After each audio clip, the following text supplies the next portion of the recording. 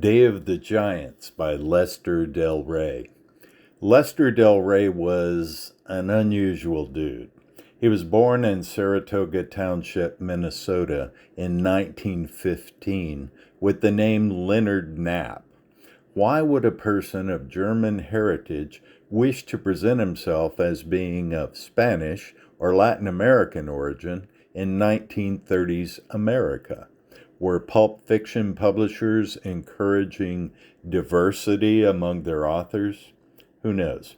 In any case, Knapp told people his full name was Ramon Felipe Alvarez del Rey. Sometimes he would jokingly claim his name was much longer, and he'd throw in a few more random names. He told people his family was killed in a car accident. This wasn't true. So was he just trying to avoid admitting he was operating under a pseudonym, or did he have something else to hide? I suppose you could say the guy was a complex personality, or a whimsical one. He began publishing short fiction in pulp magazines in the late 1930s, and he was a pretty prolific writer. Even so, he had experienced periods when his fiction was not selling well, and he would have to work as a short order cook at the White Tower restaurant in New York. His first 3 novels to be published were juvenile titles, what we call YA today. During the 1950s and 60s, Del Rey was known primarily for his novels aimed at young readers. When I began reading science fiction, the 3 authors you could find in a school library were Del Rey, Heinlein, and Norton.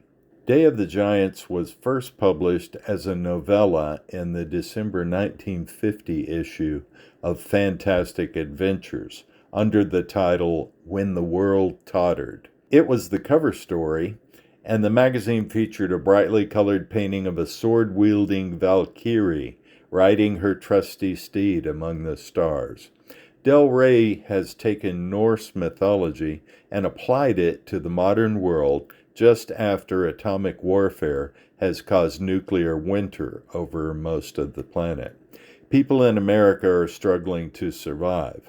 Twin brothers Lee and Leif Svensson are doing better than some because of Leif's expertise at managing the family farm.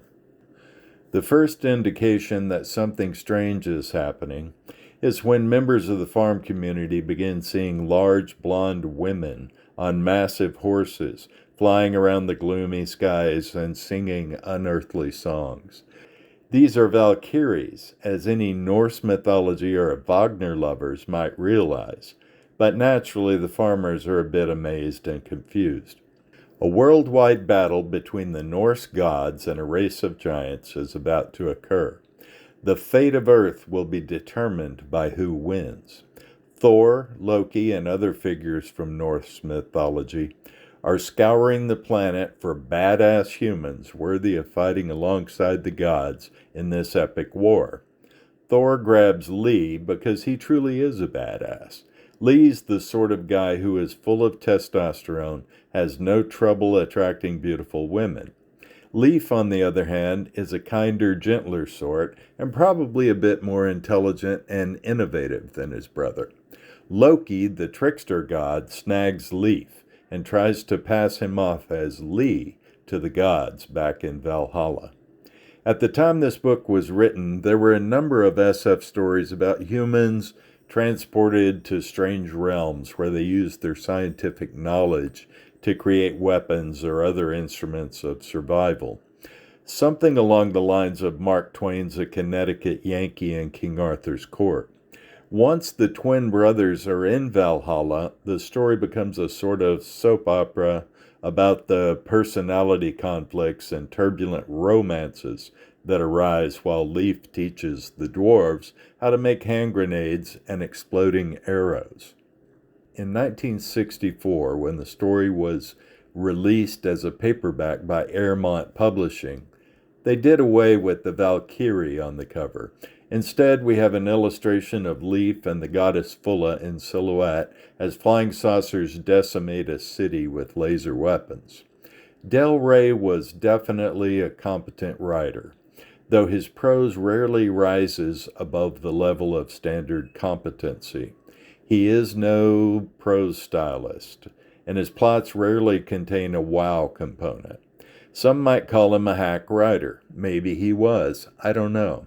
I preferred to take each author and each novel on their own merits and accept them for what they are. As someone once said, comparisons are odious. The truth is, Del Rey's work is pretty standard for the era in which he wrote. He's about as good as 80% of the writers who were being published at the time. As always, I'll refrain from revealing the ending of the book.